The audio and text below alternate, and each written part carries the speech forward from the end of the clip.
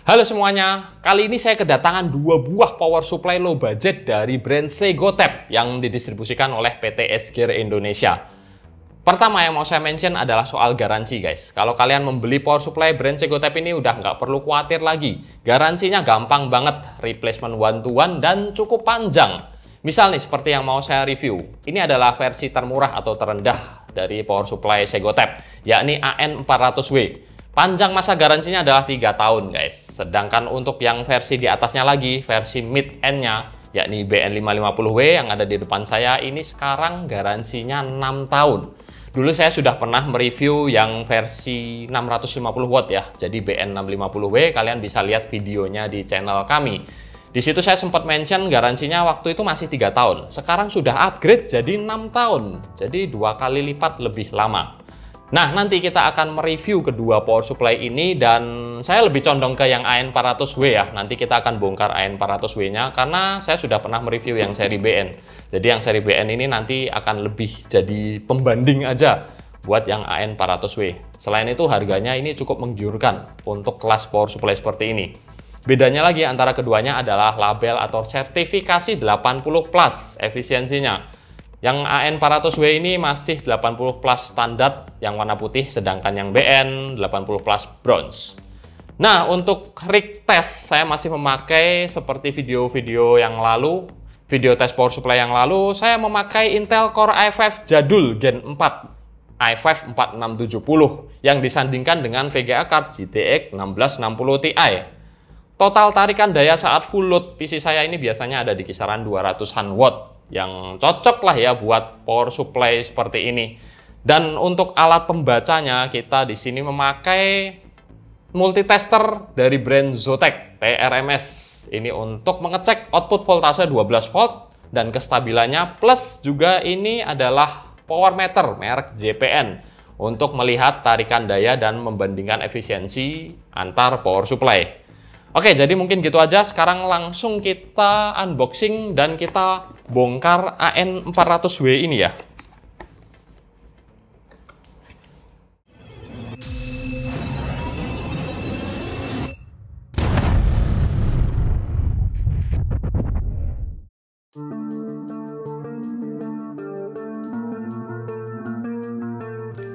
Nah, untuk kelengkapannya pertama-tama kita dapetin 6 helai kabel tis untuk merapikan kabel dan baut untuk memasang power supply ini sendiri.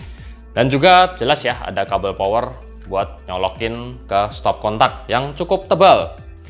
Sedangkan untuk kabel bawaan dari power supply ini sendiri, ini tipenya flat cable all black dengan spesifikasi di sini adalah 18 AWG guys.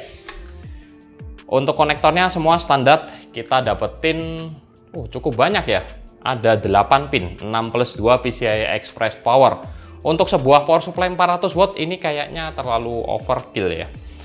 Kemudian ini juga ada CPU EPS yang ada cabangnya. Nah, ini juga yang nggak lazim atau nggak banyak ada di power supply low budget ya. Dia pakainya 8 pin, 4+4 masih dapat cabang 4 pin lagi. Biasanya ini untuk motherboard mid-end sampai high-end. Bahkan sekarang motherboard yang seri B pun, yang generasi terbaru, sudah pakai 8+4 sih memang. Ini 24 pin standar, kemudian ada molek, SATA, dan lain-lain. Nggak terlalu banyak. Panjangnya juga standar. Dan untuk bodinya ini kalian bisa lihat sangat compact guys. Cuman kotak gini aja, sebesar fan 12 cm, warna hitam. Dan untuk labelnya, di sini rating 12 voltnya ada di 30 ampere. Jadi totalnya adalah 360 watt. Dengan rate power 400 watt berarti cuman selisih sedikit ya. Udah bagus lah. Plus di sini juga ada tertulis 100-240 VAC. Berarti power supply ini full range. Bagus banget, cocok buat kondisi kelistrikan di Indonesia yang kalian tahu sendirilah. Di beberapa daerah agak kurang stabil. Sayangnya di sini nggak ada saklar on off-nya ya. Oke, mungkin gitu aja. Kita sekarang bongkar dulu. Kita lihat bagian dalamnya seperti apa.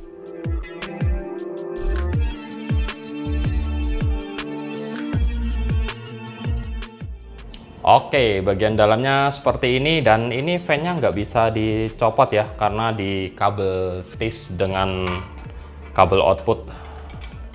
Ini fan standar, dia cuman ada bantuan cover untuk airflow ya, supaya lebih bagus, nggak langsung keluar tapi belok dulu ke belakang.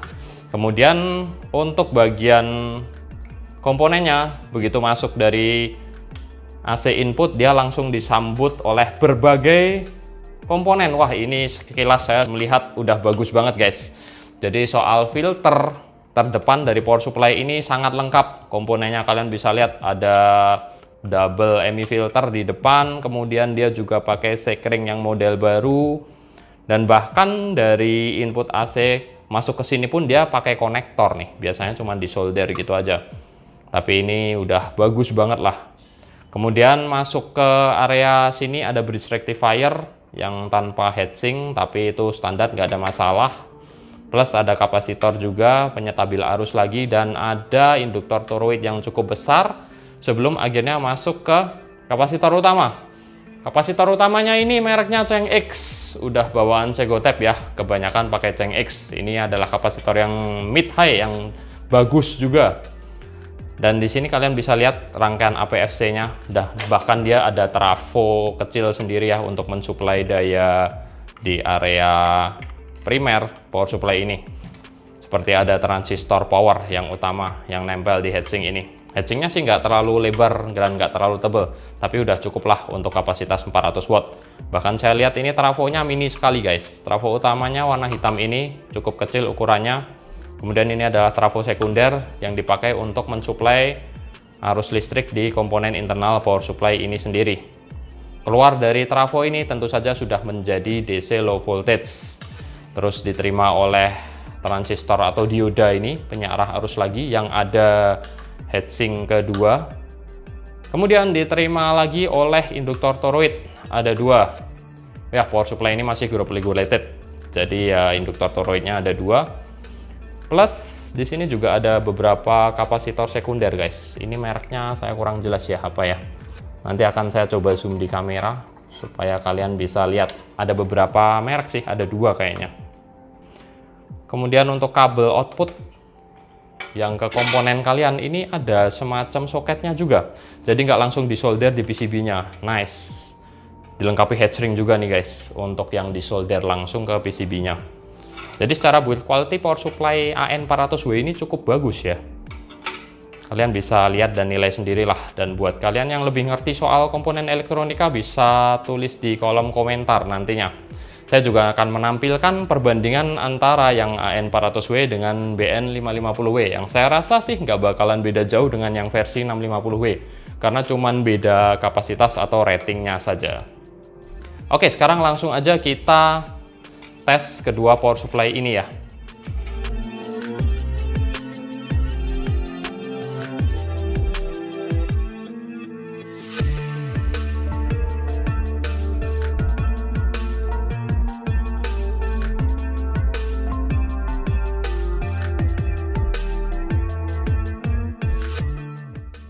Oke, ini sudah di posisi nyala dan idle di Windows 10.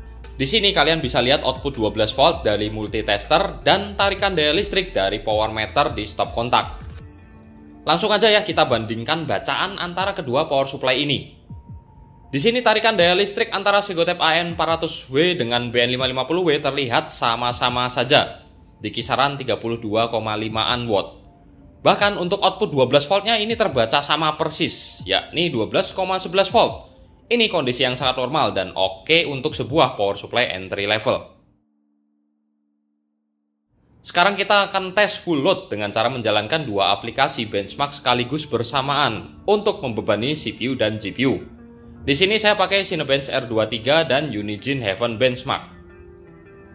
Nah, di sini tarikan daya listrik yang terbaca di power meter ada di kisaran 210 watt ke atas untuk yang AN400W dan 210 watt ke bawah untuk BN550W. Berarti di kondisi load ini BN550W jelas sedikit lebih efisien. Dan untuk bacaan output voltase 12 voltnya AN400W drop lebih banyak dibandingkan BN550W. Tadi keduanya sama-sama dari 12,11 volt. Tapi sekarang jadi 11,90-an volt untuk AN400W dan 11,98 volt untuk BN550W. Selain dropnya lebih tipis, BN550W juga terlihat lebih stabil guys. Anyway, drop yang cuma kisaran 0,2 volt ini masih tergolong normal, sangat aman dan nggak mungkin bisa merusak parts atau komponen kita. Tapi ini kan beban loadnya cuma 200-an watt ya. Jadi karena saya penasaran, saya coba ganti VGA card dari GTX 1660 Ti menjadi RX 580 dari Power Color Red Devil yang bahkan butuh 8 pin plus 6 pin power tambahan. Kebetulan kabel atau konektor PCIe Power AN 400W masih support dan bisa untuk VGA card macam seperti ini. Di kondisi ini, total load yang ditarik dari stop kontak naik jadi 260-an watt. Dan penambahan load 50-an watt ini membuat output voltase 12 volt AN 400W drop lagi sampai 11,85 volt. Tapi bacaan seperti ini lagi-lagi masih dalam batas aman dan tergolong normal. Nah, dari tes sederhana saya tadi sudah kelihatan ya beda kedua power supply ini, mulai dari tarikan daya dan output voltase tadi saya sudah jelaskan juga. Mungkin kelebihan lainnya yang seri BN ini adalah garansinya yang 6 tahun, jadi untuk harga yang selisih sekitar 150 ribuan menurut saya itu worth. Dan soal efisiensi yang nggak terlalu kelihatan bedanya mungkin karena load yang saya pakai tadi adalah di angka 200-an watt. Biasanya power supply ini mencapai peak efisiensi atau efisiensi mentoknya di load 50% dari rating yang tertulis. Kalau yang 400 ini berarti 200, yang mana artinya pas dengan rig yang saya pakai. Sedangkan yang 550 ini agak sedikit lebih tinggi. Andaikan ditarik memakai RX 580 tadi, yang BN550W, saya rasa pasti bakalan lebih efisien dibandingkan AN 400W. Jadi mungkin gitu aja ya review power supply Segotep kali ini. Saya Hendy pamit dulu dan makasih udah nonton.